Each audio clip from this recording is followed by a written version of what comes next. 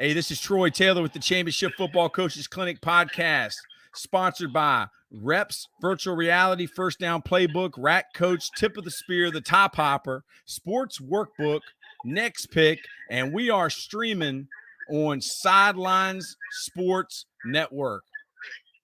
Coach Dr. Bill Holt, my mentor. I met Coach Holt when we both got hired at Virginia Union University to work for Mark James. So, Coach Holt, thank you for coming on. And Coach Holt, can you tell everybody a little bit about yourself and where you're from, Coach? Thank you, Coach. I appreciate it. It certainly is a pleasure and a privilege to be with your podcast and with your program. And hopefully I can share some insight on some of the things I've seen and done.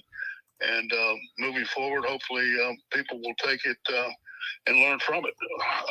But I was born and raised down in Miami, Key West area. Played football down there and then migrated up to Virginia. Finished my high school career at Princess Anne High School. Played at Appalachian State. Went into service and got out and started teaching and coaching on the high school level. So it's been a long journey. I've recently just gotten hired as an offensive line coach and as a run game coordinator at another university. So I've been blessed to have a long career. I've spent 45 years on the high school level, both as an assistant coach and as a head coach in 3 different states. I've been at 5 different universities as football coach, assistant football coach. Most of my time as a head coach has been either in Virginia or Florida, at large 8A high schools, and 45 years of doing that, and then 10 years in athletic administration. So I've kind of been around the block, so to speak, and it's been a great journey, but it's not over yet. Yeah, Coach. Coach, do you mind if I FaceTime Coach Jim McNally? Do you know Coach McNally? I'd like for you to meet him, Coach, if you don't. I know of him, and it's an honor to even mention his name. That's what I think of that guy. He's the guru and the godfather of offensive line play, and I've read his books and follow him and have the greatest respect for him, even though I haven't had the pleasure of meeting him. Yeah, well, Coach, I'll probably call him on 3-way because I don't think I can answer the call, with it being FaceTime. But I'm going to call him on the phone and get him on 3-way so you can meet him, Coach. This guy has been so good to me. All right, so let me see if I can call him, Coach. Yeah, he has forgotten more football than I'll ever know. Man. So he's a go-to guy if you want some information. Man, Coach, I didn't know that he coached at Marshall.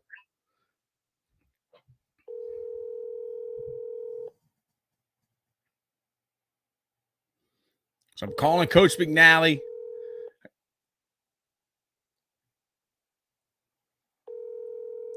And I got Coach Holt on hold.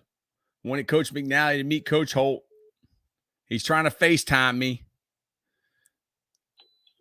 Yeah. Hey, Coach. Hello?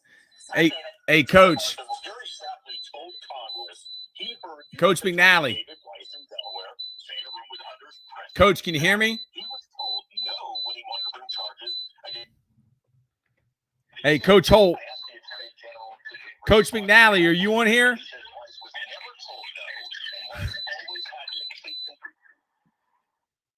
Yeah, I think Coach McNally's having some technical difficulties, Coach, but I'll get you hooked up with him.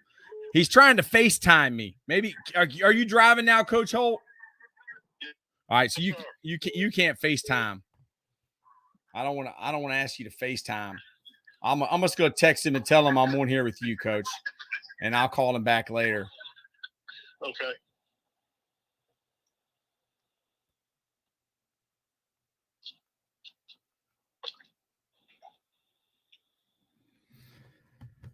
So, Coach, when was the first time you remember hearing about Coach McNally? I mean, because, Coach, how old are you now? You're in your 70s? 77. You're 77. When was the first time you heard about Coach McNally? Because he's 80 now. Yeah, I guess it was back in the '70s. I'm trying to think if that was when he was affiliated with the Steelers. I can't remember exactly, but he's one of those people that I'll use the word legend for the lack of a better adjective. But he's a guy that, you know, once you read, once you start getting involved in what he's done and his knowledge, you don't forget him. I mean, Coach, I was FaceTiming with Jim McNally and Anthony Munoz while Vinny Serrato is on the podcast. Can you believe that, Coach? That's unbelievable, isn't it? That is unbelievable. Those are some legends, without a doubt. I mean, and Coach Holt, I think so highly of you, Coach. And we titled this podcast College Football Honesty. I've shared with you today about the outrage that was caused by me getting upset about these college football camps and one of our players getting hurt. You know, what do you think, Coach? What has changed in the times since you've been coaching to today? Well, I mean, it's like going from Earth to Venus or Mars. I mean, it's just an entirely different landscape, an entirely different environment, and it's gotten into a situation to where I almost don't recognize it. Now, you say, well, what do you mean by that? And I'm going to tell you. First of all, I think we as coaches and we as fans and we as spectators have to understand the dynamics of the college athletic makeup, especially AKA football. First of all, football on the college level, unless you're talking D3, which is a step above the high school, because there's non-scholarships involved in that. So consequently, it's a little bit different beast. But when you start going Division I, 1AA, and Division II, you're not talking football anymore. You're talking about a business. And we don't think of it that way, and we don't put it out there like that. But at the end of the day, it's a business. It's about production, and college football is no different than Pepsi-Cola, Coca-Cola, Anheuser-Busch, Xerox, whatever. It is a business. Now you say, okay, we'll confirm that. It is a business. What's your point? The point is, it's about making money, you know. And now we get into wins and losses. Now we get into talent structure, and at the bottom of the pool is, you know, now we get into coaching, because I've been around some great coaches, but at the end of the day, it's about what kind of talent are you putting out there in that field. And I'll give you a great example. Years ago, back in the '70s, I was at a clinic up in Philadelphia. It was Coach of the Year clinic sponsored by Kellogg, and they were all the big name college and university coaches that were there. And I was a head high school coach, and I was in the elevator, and in walks Woody Hayes and three of his staff, three of his assistant football coaches. So I said, Coach, I said, I'm a big fan of yours. My name's Bill Holt. I'm the head football coach at Granby High School in Norfolk, Virginia. And you know, it's a pleasure and honor to meet you. He shook my hand. He kind of looked at me like a little insignificant, but he said, Coach, he said, I'm going down to have a cup of coffee. You're welcome to come down and sit with us, and we'll talk a little bit. Wow. He did not know me from Adam. So it was just one of those dumbstruck moments where I was lucky enough to be able to be acknowledged and sit in the presence of somebody that at that time was basically another Nick Saban. He's like the Nick Saban his day. Yeah. Coach, you're the third guy, Coach. You're the third guy that's told me a very similar story. I mean, it's amazing what he did and the impact he had on people. Yeah, Coach. I'm looking forward to hearing about this, Coach. Without a doubt. So we go down and we get this big round table down in the cafeteria down in the I think it was a Holiday Inn then. I'm not real sure, but anyway, we're sitting around there. There's three of his staff, there's two of my staff, and me, and I'm sitting next to Coach Hayes. So we're having breakfast and we're chit chatting and this and that. So he asked me. He said, Coach, he said, tell me a little bit about your offense. So then And I'm going way back in the 70s down. I said, well, Coach, we're running a split back here. And then Bill Yost out of Houston, Yeoman, he was big. He had just introduced that. So that was the flavor of the month. So we were running a split back here. So he said, well, here's a napkin. Show me your best play. Show me your favorite play. So I put down there the inside dive and read off the five and this and that and all this complicated gobbledygook. And I showed it to him. And I handed him the napkin. And if I live to be 100, I won't forget this. He took the napkin and he blew his nose and threw it on the ground. So I kind of, got my feelings hurt a little bit, but I didn't say anything. I'm sitting there with Woody Hayes. So I said, Coach, well, I guess you didn't like that play. He said, I'm going to show you my favorite play. And I said, okay. I said, yeah, I'd love to see it. So he takes another napkin, takes a pen out, Ohio State pen. So he draws this huge X. I mean, it was huge. And he draws this little zero. He says, here's my favorite play. I said, what is that? I said, huge X and a little O. He says, you're right. He says, that's my X and this is your O, and I'm going to kick the shit out of you. Man. And he signed it Woody Hayes. And I kept that napkin for years and years. Wow. And my wife eventually lost it. And that's the only time I ever really thought I was going to divorce her, when she lost my Woody Hayes napkin. But it's so true.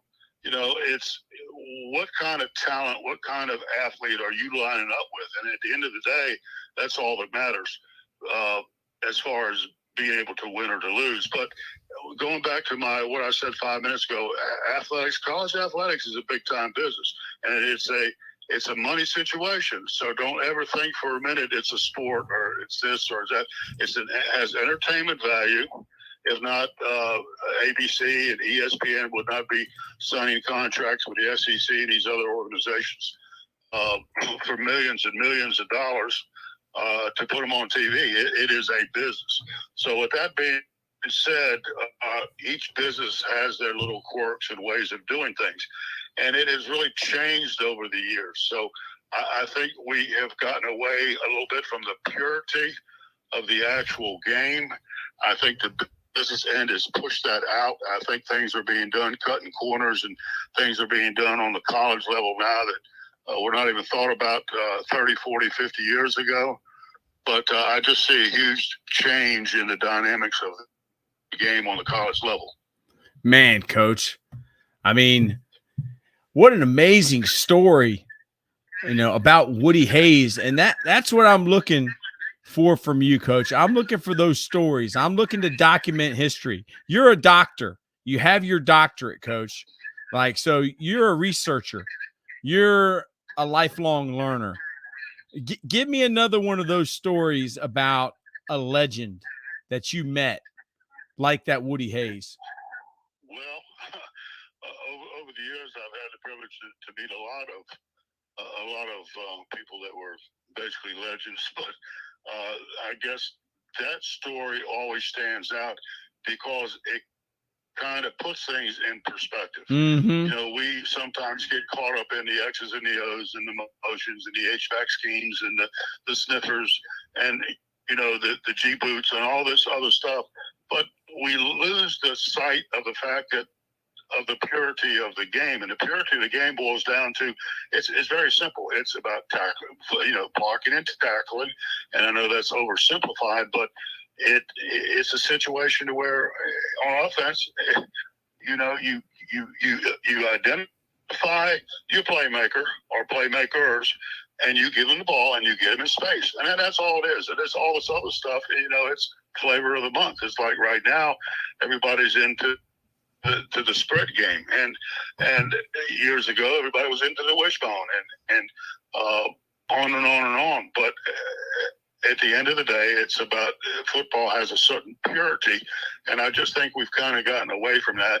And the legends, that, like Saban and them, they don't get away from it. They don't. They are all about the purity of the game, and it's just I think it's a shame in the fact that there are a lot of coaches out there that want to win, and we all want to win, but they're willing to sell their soul to win. They're willing to sell out at all costs. And when you sell your soul to win, sometimes you're gonna have to use your players as bargaining chips, and sometimes you're gonna have to use your players to get to that situation. And I'll give you a classic example. I know a head coach, and I won't put his name out there, but I know a head coach.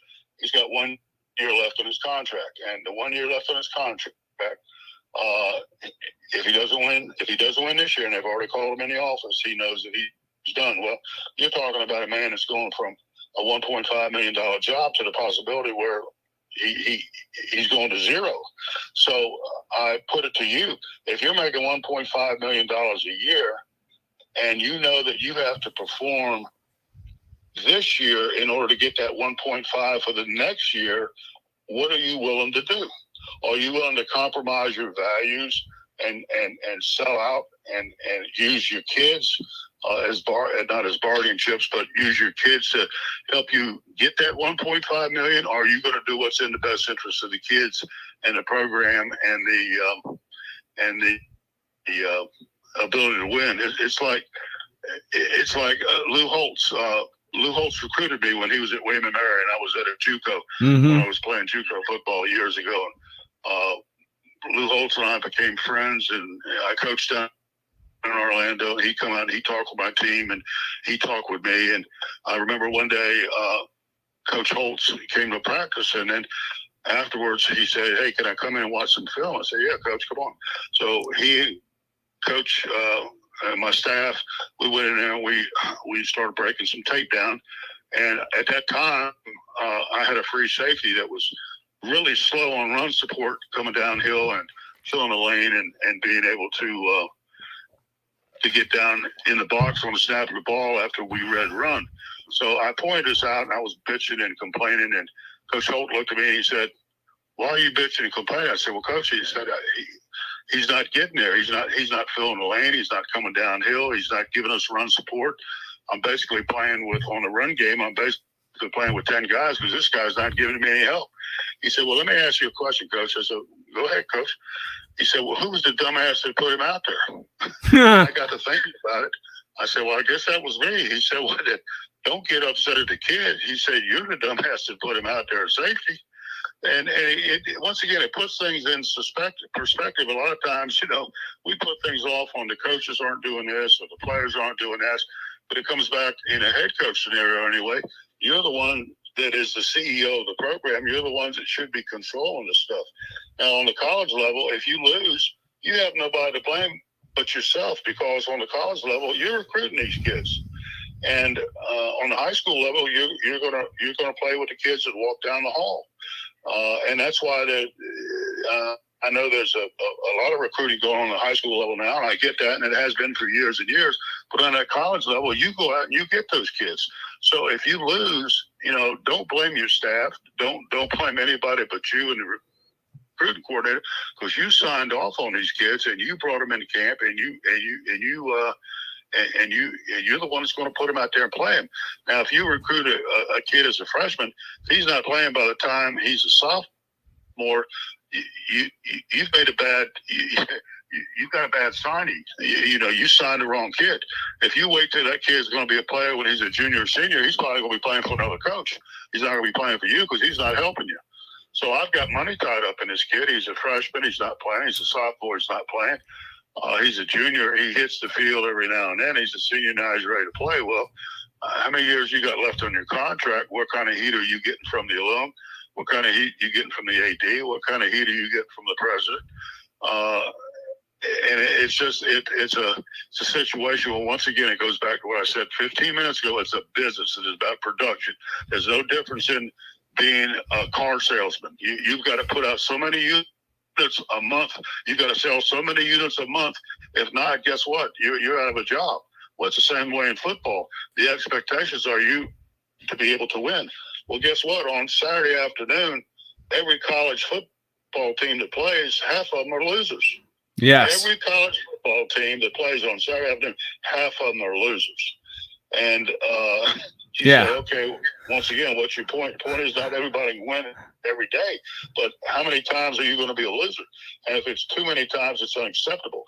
And if it's unacceptable, then it's a very unforgiving profession because it's very demanding, and it puts you in a situation where people want to win right now. We have no patience. Years ago, one thing I love about the Steelers is they hire head coaches and they live with them for 10, 15, 20 years.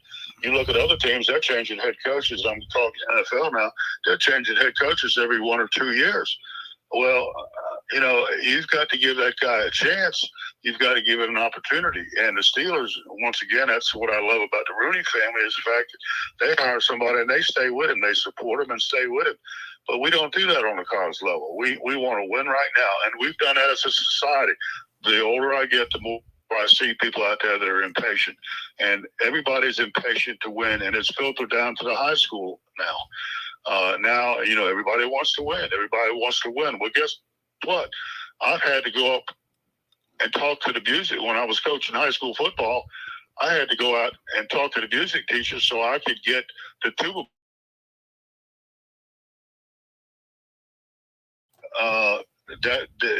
That's now I got to go coach. I got to teach because that tuba player, he doesn't know the A gap from anything. He doesn't know how to split a double team. All that stuff is going to be taught to him.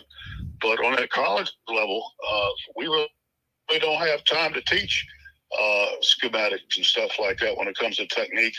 We expect players to come in there and be ready to play athletically right now, and then now we want to teach them schematics and things like that. But every day we work, for example, in offensive line, we work on zone step. But I don't expect a kid on the college level to come in and me have to teach him every day how to zone step. That's stuff that, I'm looking for athletes that are athletic enough to where they can bend their knees and where they can move their feet. They can kick step and they can step in the right direction. And then from then on out, and now I'm going to start teaching double teams and things of that nature. But we just have lost our patience. And I see that more and more. And with these old school coaches like Lou Holtz and Woody Hayes and some of these other people I've had the pleasure to meet, work with, and know, they never had that issue. You said something to me when we were talking on the phone earlier. You said that high school coaches are the only ones that are still coaching. Can you elaborate on that? I mean, is it pretty much just because college guys can recruit? And well, I think the bulk of the teaching is coming from the high school coaches. That is the purity of football right now is high school coaches. Now, I'll be perfectly honest with you. I think that the level of quality high school coaches has gone down significantly over the years, and I mean that sincerely. And one of the reasons I say that is people now they don't want to put the time in. They don't want to open their mind up and learn. They don't want to listen. They play the John Madden games, and all they want to do is play call on Friday night. But there's so much more to it. And when you get down and you've got to take a kid that's a 9th grader or a 10th grader, and he's raw, he's never played the game before, you have got to start from the ground up, and you have got to teach him everything from A to Z. You've got to get him ready for college if, in fact, that's where he wants to go. Now, I will say this. There's a college for everybody. That kid might not be a very good player, but there's a college out there that he can go play for as a walk-on, whether it be a D3 or whatever. Unfortunately, all these kids have aspirations of playing at Ohio State. All these kids have aspirations of playing at Alabama, Georgia, places like that, when they're not gifted enough athletically to be able to line up and play in the SEC or the Big Ten. And I just think on a college level, we do some of those kids a disservice. For example, I'll use the national letter of intent, or I'll use an offer. We offer 10 kids. We offer 10 kids that we want at quarterback. Well, guess what? We only have 2 scholarships. We're only going to bring in 2 scholarship quarterbacks. You say, well, then how can you offer 10 offers out there for 2 scholarships? Well, here's what's happened. We have what's known as a priority board. We have them pegged, and we have them numbered 1 through 10. So we're going to offer number 1. We're going to offer number 10. If 1 and 2 take it, then we're through with our scholarships at the quarterback position. So that means 3 through 10, we're going to pull the offer. But a lot of high school coaches and a lot of the high school players think once you get an offer, that's etched in stone. Well, it's not. We have colleges and universities out there right now. They're offering 7th and 8th graders. 7th and 8th graders.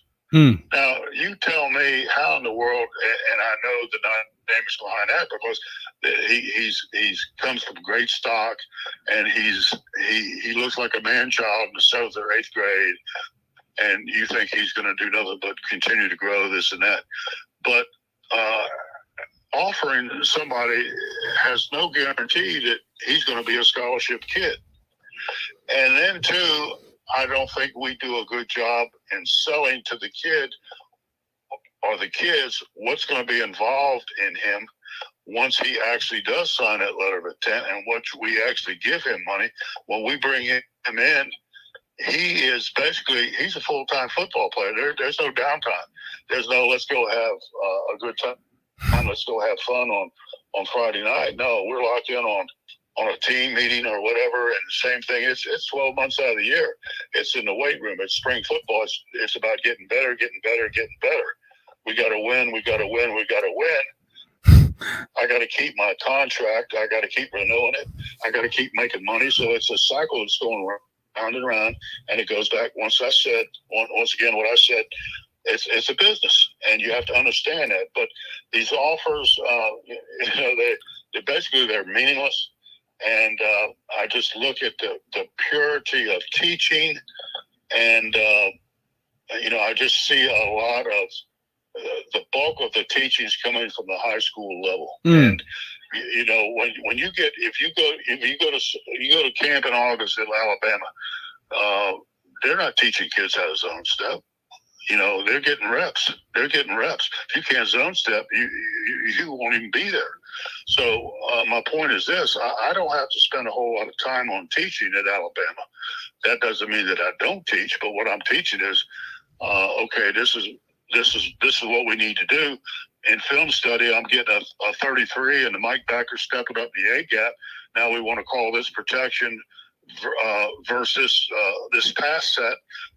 That's the teaching I'm doing. I'm not doing the fundamental teaching fundamentals that the high school teachers do, the high school coaches do, and that is not necessarily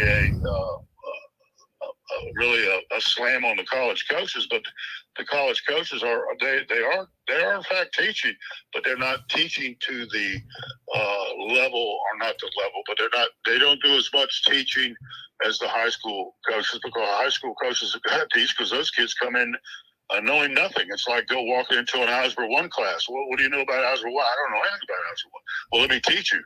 Well, when I get to Algebra 2, which is college now, I expect you to know Algebra 1. There is no let me go back and teach you this, because this should have been taught. You should know from Algebra 1. If not, you're not going to pass Algebra 2. Well, if you can't zone step, and I just use that as an example, you're not going to be able to go and play college football. So I don't have to teach zone step. So there's a certain purity that I see that is on the high school level that has always existed. Now, my question is, how many coaches are actually able to teach? And that's where I think it's gotten watered down. The assistant coaches, really, there are a lot of assistant coaches in high school that need to learn and be taught themselves. And that hopefully is what the head high school coaches are doing, is teaching their staff. But it's a big difference. When I was in Florida coaching, I had assistant coaches that wanted to be head coaches. Yeah. And I had assistant coaches that if we got off the field at 6 and went and had our offensive meeting, defensive meeting, staff meeting, they wanted to stay around and continue to look at tape, because they wanted to learn, because they wanted to be head coaches. Nowadays, in some schools up here in Virginia and other places, at 5 o'clock, 6 o'clock, they're off the field. They're in the car and they're going home, and then they're applying for head jobs. So you've got to constantly be in a learning mode. You've got to be open-minded. You've got to be open-minded to self-criticism. The biggest thing you can do to be successful as a coach is self-evaluate. And not only self-evaluate, go to successful programs, take a pad, paper, multiple pens, sit down and find out what they're doing that you're not doing that's going to make you a better coach and make your program better. You know, people say, well, you've been coaching a long time and you've got a PhD. I have nothing. And when I go into a situation where it's a learning environment, I do what my father always told me to do. And he said, let me tell you something, Bill. He said, when you get in the room, you don't want to be the smartest guy in the room. You want to be the dumbest guy in the room. And you want to sit there, keep your mouth shut, and listen and learn. Ooh. And I've tried to do that over the years. And it's great advice because I learned from people like you. I learned from my players. There's always a player that comes into camp that says, Coach, what do you think about this? You know, we'll have sessions to where we'll just open it up, say what you want to say this. What do you think about this? And, 9 out of 10 times it's something I already know or something we're all going to do or whatever. But there's that 10th time, all of a sudden I said, man, that's a great idea. Let's take a look at incorporating this in what we're doing. And I'm talking about now, I'm getting information from a 19-year-old kid. I'm a 77-year-old man with 4 degrees. Wow. But guess what? I'm open-minded, and I'm going to listen, and I'm going to learn. And when you get to the point where you can't listen and learn, and you can't take self-criticism, whether it be founded or unfounded, then you're at the point where, you need to get out of the profession and go do something else. But I'm never going to be in a situation where I get too big for my britches, so to speak, and people can't come to me and tell me, look, this is the way I do it. What do you think? Let's bounce off the wall. Now, I'm going to tell you a better way, and I'm going to defend my way.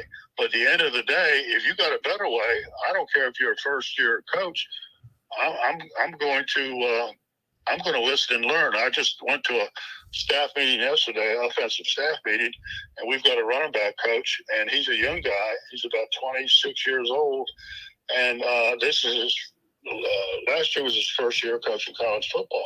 So we're on the board, we're talking this and that.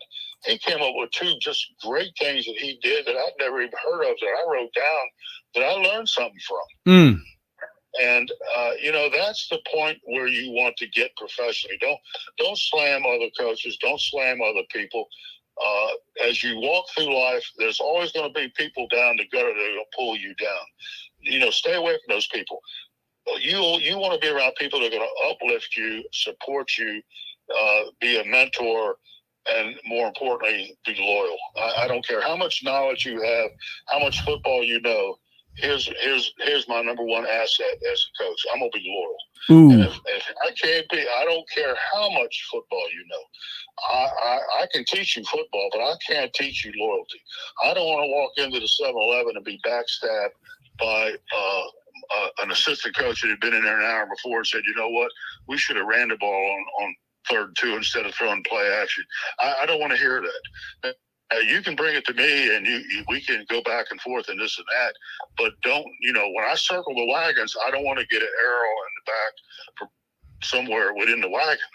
I want it to be up front where I can see it. And I know who's out there and who's shooting the arrows. But it's got to be loyalty, and it's got to be a situation where you're open-minded. Yeah, Coach, I'm just sitting here listening, and I'm thinking about all the things that you have taught me. And one of them was probably the hardest thing that I've ever had to learn. And that was, I think I was probably 38 years old. And I have a personality that I always want to say hi to people. And how you doing? You doing okay? And there was a particular guy on our staff that you told me, you said, Troy, you're going to have to act like he's a ghost. Because we almost got into a fist fight over Muddle Huddle. And then there was another time that we almost got into an altercation on the field. And that was some of the best advice you ever gave me. So, Coach, talk a little bit about being an assistant coach and having someone who's toxic, that's disloyal on the staff, and how do you handle that? Well, it's just like I tell my players. I've got 20 offensive linemen, and I met with my offensive line, and I tell them this: I don't know your name until you do something that is impressive or something that I like or something that I can buy into. Then I'll know your name. Ooh. I said, number two, I said, if you're not getting reps, that means I don't think you can play. Number three, if I'm not talking to you, I'm washing my hands from you. Ooh. Now, here is the kicker. If you're toxic, what do we do with toxic chemicals and things? We remove them, we get rid of them. Mm-hmm. I cannot subscribe to that. As an assistant coach, I've got to alienate myself from him. I cannot be a part of it. Yeah, because they're going to go around and build little different factions in the staff, and hey, we should be doing it this way, or But one thing I've learned in my career and in life, you're always going to have haters. You're always going to have people calling to the program. You're always going to have people that you think are your friends, or people in the building, and that are on your side. And then you find out, wow, this guy's going down the street. And he's really bashing the program, bashing me, this and that, hurting the program. So once you understand that, it's a lot easier to deal with. But what you got to be very careful of is looking at people and thinking they're on your side, and thinking they're all about helping you out and encouraging you, when in fact they're not. So, but they're always going to be that kind of person. Unfortunately, that's what I call a bad hire. And now I've got to sit down. I've got to have a conversation with that person. And if I need to bring the offensive coordinator in, that will do a threesome as far as communication.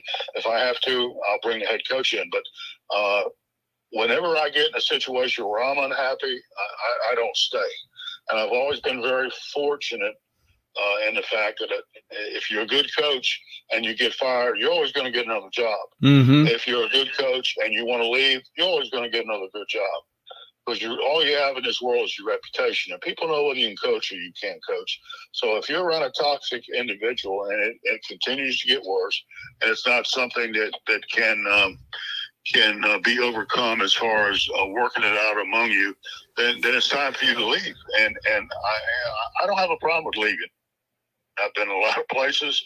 I have no problem with that. But it's time to leave, because you cannot be successful in that environment. Amen. And another thing that you told me was, you said, Troy, the best players don't always make it to the NFL. You can go to Walmarts around the country and you could put together a team that could win a playoff game. And that kind of put it in perspective for me. I was like, what? Like, you could go to every Walmart in America and put together a team that could win an NFL playoff game. And there's all these different reasons why guys don't make it, but how long have you had that philosophy, Coach? And where does it come from? Talk about it. Elaborate. I got that from Coach Spurrier, Steve Spurrier. When we spent a lot of time together, and he has that same type of perspective in the fact that there's a lot of wasted talent out there. There's a lot of individuals that have God-given ability athletically, but they can't put it together because they're weak mentally or they have character flaws. Now, I can't save everybody. I wish I could, but I use this comparison. I'm in a lifeboat, and the lifeboat can only fit 50 people, and there are 75 people in the water. Where there are 50 people, if 51 is going to tip that boat over, and we're all going to drown. So I can only take 50 people in that boat. There are people swimming to the boat. So I'm going to pull them in. When I get to 50, that's all I can bring in. Now, there's other people out there that are backpedaling and swimming around and this and that. I can't go and I can't save those people if they're not swimming toward the boat and they're not within that 50. So I can't save everybody. I'm not going to try to save everybody. I'm going to save the ones that want to be saved. And I always tell my kids that if you want to get better, I'm going to make you better. But at the end of the day, there's going to come a time where you're going to have to hang those cleats up. Now, when you hang those cleats up, what are you going to have to hang on that wall? What have you got to move forward in life to be successful? Because I can tell you right now, it's tough to get in the NFL. Now, I never say you can't make it in the NFL. I never snatch a kid's dream. Never. I've had kids look like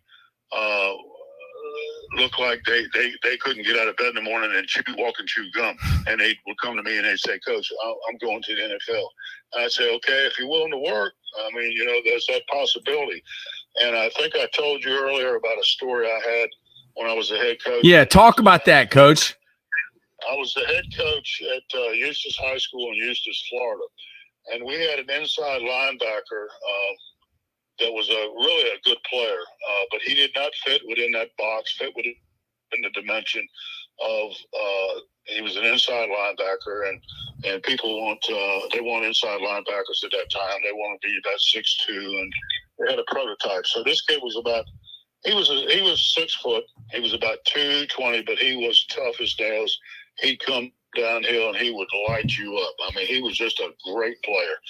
And he came to me his junior year, and he was being recruited by small schools. But he came to me his junior year and said, "Coach," he said, "I only want to go to one place." And I said, "Well, Anthony, where's that?" He said, "I want to go to UCF." And at that time, UCF was a 1AA team, but they were good. They were really a good football team. They had not gone Division I, but they were 1AA, but they were a solid 1AA. And I called over there to the head coach, and I won't mention his name, but anyway, I told him, I said, "Coach," I said, "I got this inside linebacker. I said, I think he's a great player." I said, "You take a look at him. I think he's a scholarship guy."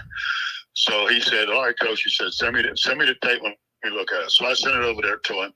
So he looked at it along with his linebacker coach and his defensive coordinator, and about a week later he called me back and said, "Coach," he said, he's okay. He said, "But he can't play at this level." And I said, I respectfully disagree, but at the end of the day, that's your job, and you evaluate the talent. And okay, I'll move on and I'll tell him. Well, I told him, I said, "Anthony," I said, "UCF turn you down. They're not interested." He said, "Coach, not even as a walk-on?" I said, "No, not even as a walk-on." I said, "But let me make some phone calls." So at that time, I had a friend of mine that was coaching out at Morningside out in Iowa. So I called him up and I said, "Mike, will you take a look at this kid?" And he said, "Yes, send me some tape." So I sent some tape. He said, "Yeah." I said, "Shit, we love it." He said, "What's it going to take to get him?" I said, "Well, let me talk to him, because I was a long way from Florida, and this is a tough inner city African American kid." I said, "I don't know how he's going to work out there in Iowa." I said, "But let me talk to him, talk to his mother." So I put it out there. Look, they're going to give you a full ride now, and this is a great opportunity. So he said, his mom said, "Well, what do you think, Coach? Is this going to be a good fit for him?" I said, "I think it will be." I said, "I know a couple of coaches that'll look out for him. They'll take care of him." So she said, "Okay, hey, let's go with it." So Anthony said, "All right, Coach." Said, "I'll go out there." So he went out there. He was a 4-year starter, all conference, and went to the NFL and played with the Dallas Cowboys for 6 years and got 2 Super Bowl rings. Mm.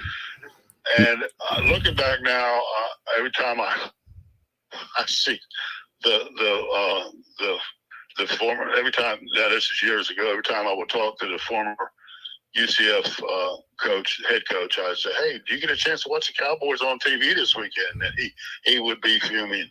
Yeah. But, there's a million stories out there like that. We don't ever underestimate the dog in somebody. Because if they have the dog in them, don't worry about that appearance. Because I tell you what, if they got the dog in them, go out there and sell them, and they'll be good players. But Anthony was a great player for the Cowboys, and of course he's retired now. But he just it was a super opportunity for him to go out to Iowa. Not many kids would have made that trip, because I've sent some kids out to the Midwest. One kid by the name of Quentin Rowe, who was a great defensive tackle for me, I sent him out to Utah, got him on the bus, went back to his mother's house to tell her I got him on the bus. And when I got back to her house, he was sitting there having breakfast with his mother. He had gotten off the bus and beat me back to the house. So, it's just you've got to find a good fit for the kids. But at the end of the day, you've got to have the kids' best interest at heart. And if you do that, kids are not stupid. These kids nowadays are no different than kids 40, 50 years ago. They all want to be taught. They all want to be loved. And they all want an opportunity. So my thing in this last 20-minute little talk is the fact that don't ever snatch a kid's dream, because you never know who you're dealing with. Now, you and I know that making the NFL is, it's a pipe dream for 99.999%. And it's tough. But if a kid wants to persevere, there are kids that can make it that you never would think make it. But Anthony was a great kid, great player for us. Yeah, Coach. So we have some comments here. Cap and Keith TV, can't measure heart. Always go with who wants to date you, not the pretty dress. Then we got Pepper 8319. I think that's our buddy, Coach, the gangster, the #1 recruiter in 757. I think that's his YouTube name. But Coach, that dog used to. It'd be the ones you least expect, Captain Keith TV says. That's right. Coach, there was one guy that you coached against in Florida that you told me about that had that dog, and that was Warren Sapp. Can you talk a little bit about coaching against Warren Sapp? Well, before I tell you about Warren Sapp, let me tell you my first year as a head high school coach. Okay. And then I'll get to the Warren Sapp story. Well, my first year as a head high school coach, and I took over a team that it really should have been 8-2, 9-1. I mean, we had that much talent. Well, I was such a guru and such a genius. I turned that team into a 3-7 team. And it was kind of a wake up call for me. But the first 3 games of the year, the first game we opened up with Lafayette High School. Coach Beers was the head coach, and we had to play against Lawrence Taylor. So that's who I opened up with. And the linebacker that played next to Lawrence Taylor, they were playing an odd front. They were playing an Okie front, but the linebacker next to Lawrence Taylor was better than Lawrence Taylor. So we lined up and we played against Lawrence Taylor. Wow. Nationally, we got beat. The second game, we lined up and we played against Oscar Smith. Tommy Rose was the head coach. And they had Kenny Easley. Yeah, he's pretty. You talk about it. Well, he's in the Hall of Fame. Yeah, he's a bad man. Yeah, so, I mean, he just – I had a tight end I recruited that year that was I pulled out of the Hall, and he made the kid quit after that game. That kid, he wouldn't play any more football. He got hit so hard. Man. So the third game of the season, we played Booker T. Washington, and Cal Davison was the head coach, and we played against Bruce Smith. Woo! And I had this running back by the name of Clarence Payton, who was a great player. He wasn't a real big kid, but just a tough kid. And we were, once again, if I lived to be 100, I'd never forget some of this stuff. But we ran an inside ISO, gave Clarence the ball. I guess it was 3rd and 3, 3rd and 4, whatever. Bruce was playing defensive end. My tackle stepped down. He squeezed. Bruce Smith stepped down. The fullback went up inside, and Bruce Smith went straight to the tailback and hit him. And this is the only time in my career I've ever seen a kid get hit where the helmet went straight up in the air. The kid went down, and I mean, he was laying there most of it. I thought Bruce had killed the kid. So, naturally, was a timeout. We ran on the field. Back then, we didn't have trainers. We were the trainers. So we ran out in the field. We did have the equipment box, and in there we had some smelling salts. So I had an assistant coach hit him with a smelling salts, and he came to, and we helped him up, and he staggered off the field. He got to the sideline. I said, Clarence, are you okay? You all right? And he looked at me, and his eyes were the size, I swear to God, Troy, of silver dollars. He said, Coach, I just saw Jesus. Yeah. I said, what? He said, yeah. He said, I just saw Jesus. I said, that wasn't Jesus. That was Bruce Smith. Get your ass back in the game. And back then, we just go back in the game. Yeah, that's the way it was. Those were the first 3 games we played against some just great players. And those guys were just phenomenal players. And like I said, hell, they're all in the Hall of Fame. And then I went down to Florida, and my first year coaching at and this was my second high school coaching down there at Colonial High School, big 8A high school in Orlando. It was about 3,500 kids. But we opened up with a podcast. And I'd always heard about this kid, Warren Sapp. Well, Apopka is just a great football program, a great tradition. So we open up with him, and kids in Florida don't play 2 ways. They play 1 way because of the heat, because of the amount of athletes they have down there. They don't need to play 2 ways. Well, Warren wasn't going to have it. Warren told the coach then, he said, Coach said, I'm playing 2 ways or I ain't playing at all. So they let Warren do what he wanted to do, and that's pretty much how Warren was. Warren did what he wanted to do. So he played tight end on offense, and he played defensive end, but then he also slid him inside. So when you schemed against Warren Sapp as an offensive line coach or as an offensive coordinator, you never knew where he was going to line up. So you had to be very cautious in the fact that you had to know where he was at all times. But he was a great player. We had a kid that broke one. I'm trying to think what the play was, but neither here nor there. He broke one and he was gone. He was on the way for a touchdown.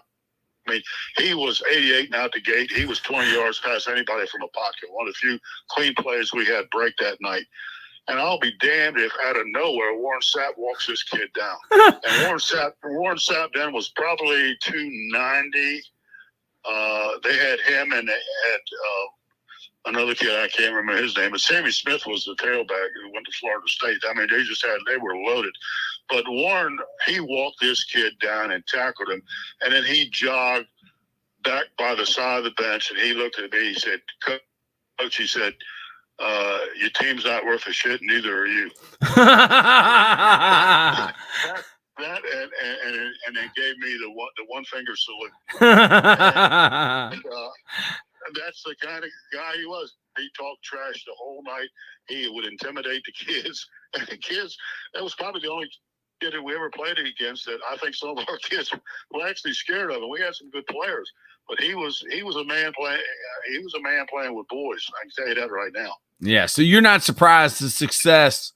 I mean, he might be the most dominant defensive lineman I ever remember growing up in college. I mean, you're not surprised at all the career he had. No, but he was a 3-tech guy, whereas Bruce Smith's the best athletic guy, the best all-around defensive lineman I've coached against and seen was Bruce Smith. But inside, definitely Warren Sapp. But I mean, they were 2 different guys. But a lot of people don't know it, but Bruce Smith was a better basketball player than he was football. I mean, he was a guy that run the court. He'd run the point. I mean, he was just an really athletic, God-gifted, talented guy. He was a tremendous athlete.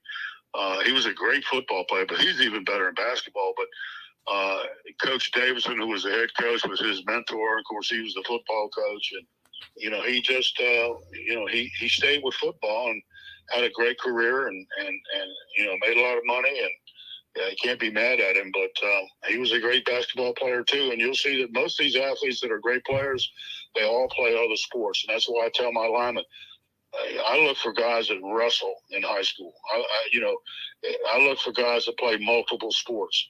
And in Florida, we'd have guys that played football year round. But, I always tried to get them out to play other sports, even though we had weightlifting teams down there and we actually competed. But I always like for my guys to wrestle and do other sports and be well-rounded. Yeah, Coach. We had such a good time at Virginia Union, and I learned so much from you, Coach. I mean, it was such a blessing. And I remember you told me, for the young coaches out there, I'm 44, I'll be 45 in August now, coach. So I'm on the downhill. You told me attach yourself to a rising star. And there's some coaches that do that. I mean, as an assistant coach, if you want to climb in the profession like everybody does, what's that old saying? Chan Gailey, coach, who I got to talk to for an hour and a half, told me it's true. High school coaches want to go to college want to go to the NFL, and NFL guys just want to coach and go back to high school. I mean, because the egos get to be so big. But talk about that, coach. Being an assistant coach and attaching yourself to a rising star in the profession. Well, you've got to have a mentor. I don't care what profession you're in. We're talking coaches, so let's talk coaching. But I don't care if you're a bricklayer. You go out and you find a master brick mason, and you start learning everything he knows, and you hug him like you're his shadow. And down the road, it's going to pay off because you're going to draw and learn from his experiences, both good and bad.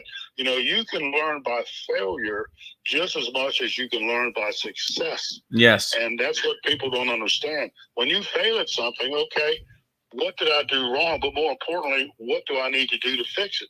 So if I'm going to climb the profession collegiately or whatever, I've got to go find out somebody who's going to be my go-to guy.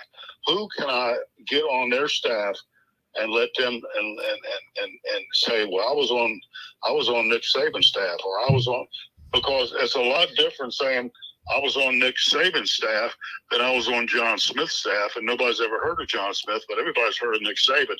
And let me tell you something: if I'm going to get a head job, and I go into Coach Saban's office and say, Coach, will you make a reference call for me? And he says, yeah, I'd be happy to. Let me tell you what, you got the job. Whether you can handle it or not, he picks the phone up and he calls Alcorn State or whatever and says, look, I got this guy. He's been with me for a couple of years. He's a great coach. I think you need to make the hire. Hell, you're hired. So that is my thing about attach yourself to somebody that's going to take you somewhere. Ooh. And, if they're going to take you somewhere, get on the train and get on the ride. Now, here's what a lot of coaches they think that they can make that transition through hard work. You can, but it's harder to do. I see coaches all the time that sleep in the office. They have a cot in the office. They spend 20 hours a day, 7 days a week. Well, guess what? Sometimes you sell your soul for success, and my question is it worth it? Mm-hmm. And the reason I say this, I can't tell you over my career how many coaches I've known that were alcoholics, how many coaches I've known that were divorced multiple times. Yeah. I had a friend of mine who was the offensive line coach at University of Georgia years ago. Was down there with Coach Ray, and they all got fired. And he was a great offensive line coach. I won't mention his name, rest in peace, but he got fired. Well, he applied for the Miami Dolphin job, offensive line, and it came down between him and one other guy. And the other guy, and I don't want to mention names, but the other guy got the job. He didn't have it. So he was without a job. He was in such a bad place mentally. He went home, he took a gun out, and he killed himself. You told me that, Coach. So, I mean, my point is this. Have some enjoyment out of life. And don't get caught up so much in your profession where you sell your soul. Go do your job, do the work, put it in, enjoy the profession. But it's like one thing I love about Coach Spurrier. Coach Spurrier would come in the football office and he'd tell everybody to get out at 6 o'clock. At 6 o'clock, he made everybody get out of the office. Get up, get out. Jerry Odom, who was he was my offensive coordinator down in Florida, played inside linebacker at the University of Florida. And Jerry got me in a situation where I would have a lot of conversations with Coach Spurrier and a lot of things I learned from him or he did that I liked. But at 6 o'clock, he made everybody get up out of that office. He would not leave them there he would not let him stay there. But then other coaches, if you're not in the office, all of a sudden, well, this guy, he's lazy, he's not working. And it's just, you've got to put things in perspective. You've got to have a life. You've got to have some enjoyment. Ultimately, you've got to hopefully have some kind of a family or social structure. And it just can't be football. But it's so, if you've never played the game, if you've never coached the game, you don't understand the dynamics of the psychological impact that has on a person. When you're on that sideline or when you're out in that field and someone scores a touchdown or someone makes a big play and that crowd erupts, it's almost like it's something that no one else has ever felt. It starts with an O, Coach. Yeah, it's a euphoria. Yeah, you can't experience it anywhere else. Yeah. So once you get that first touchdown, once you get that first crowd reaction, all of a sudden, most people, they're hooked. And once you get hooked, it's a wonderful ride if you let it be a wonderful ride. But at the end of the day, it's not about you; it's about those kids. And if you're not putting your arm around those kids and telling them that that you love them and you're doing a good job, then you're doing a disservice to those kids. Back when I first started coaching, we used to get after their ass, and we still do. But at the end of the day, for every negative thing I say to that kid, I want to make sure that I say 2 or 3 positive things to that kid. I put my arm around it when we're walking off that practice field or game field and tell them that I love it. And I mean that sincerely, because you're dealing with a human being, and sometimes you're dealing with a fragile human being, and sometimes you're dealing with a human being that no one in their life has ever told them before that they loved him. Ooh. And that is a powerful experience for a young person, because they look up to you like you're a mentor, and you're a surrogate father. And when I was walking down the hall when I was in high school and I played high school football, I was like a god. People looked at me, and I never realized it, but people looked at me differently. They looked at the average student. I was like a god. Well, that's fine. But at the end of the day, what are you doing to make that person a better person, a better human being, have character, not be a character, but have character? And, X's and O's are fine. Football's fine. Let's win. That's fine. I'm on board with all that. But at the end of the day, it means more to me for my kids to come back who are judges and doctors and lawyers and brick masons that are making 6 figures and come back and say, Coach, you are a difference maker in my life. That means more than every championship I've ever won put together was a one human being coming back to me and said, Coach, I was floundering in the abyss and you saved me. And I never realized it until, probably the last 10, 15 years, the impact I've had on people's lives. I'm telling you, Coach, it's humbling. It is humbling. Coach, whether it be the high school or the college level, it's humbling. It's Claude Hadaway. It's Claude Hadaway is Pepper 839. And he's saying, yes, sir, excellent. He's loving this. Claude Hadaway is an excellent coach, and we need more guys like him getting into administration. What a wonderful guy Claude Hadaway is, Coach. Yeah. And but you just the more you do at it, the better you get at it, the more experience you have. It's like baking a cake. First time you ever bake a cake, nobody wants to eat it. But you keep baking that cake, keep tweaking it. Sooner or later, people will say, "Damn, that's pretty good cake. I'm gonna have to get a bite of that." And it's just like coaching. You keep doing it, tweak it, be better, get better, listen, learn, be humble, be receptive to other people, whether they're a first-year coach or whether they're a 50th-year coach. Listen and learn. It's a learning experience, and you never get too old to learn. And when you do, it's time to call the corner. I never get my first year teaching, and I'll give you a quick story. My first year teaching, I walked in the classroom, and this is years and years ago. I got my keys, went in the classroom, first year teacher, and there's a kid sitting on my desk. He's not sitting at my desk. He's sitting on my desk. And he looked at me and he said, he said, you must be the new teacher. He said, what's up, Pops? And I said, man, you get off that desk or I'm going to kick your ass. Man. So he ran down to the principal. He said, the new teacher just threatened to kick my ass to the principal. So the principal said, well, what'd you do? He said, well, I was sitting on his desk. And he said, well, you're lucky he didn't kick your ass. Now get back to class. Man. And that kid came back. We ended up being great friends. I taught him. He right now, he just retired. He owns 15 funeral homes up in Northern Virginia. Wow. And I had lunch with him about a year ago. I was up that way. I had lunch with him, and he said, Coach, he said, remember that day you told me you were going to kick my ass? I said, yeah. He said, I never forgot that. He said, it made me a better person. He said it. And then I told your wife, because he talks to my wife every now and then. He said, I told your wife, he said, when Coach dies, I'm going to give him a 15% discount. I said, Tommy, is that true? You tell my wife you give me a 15%? And he said, yeah, Coach. He says, is that a problem? I said, Man. no. I said, I want 25% or I'm going to kick your ass. Man. He both laughed.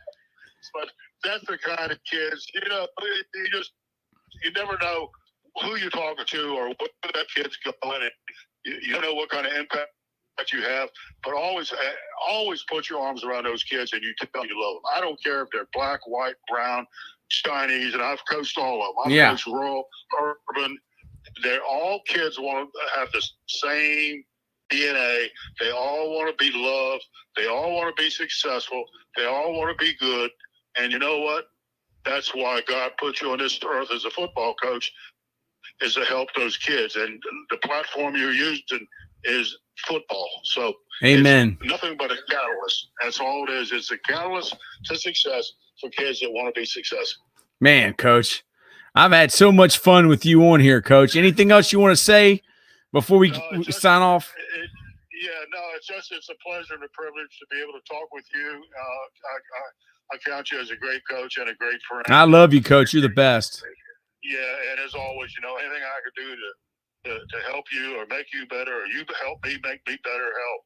You got my phone number. You call me. Yes, sir. Thank you very much, Coach. I'm going to press end right here.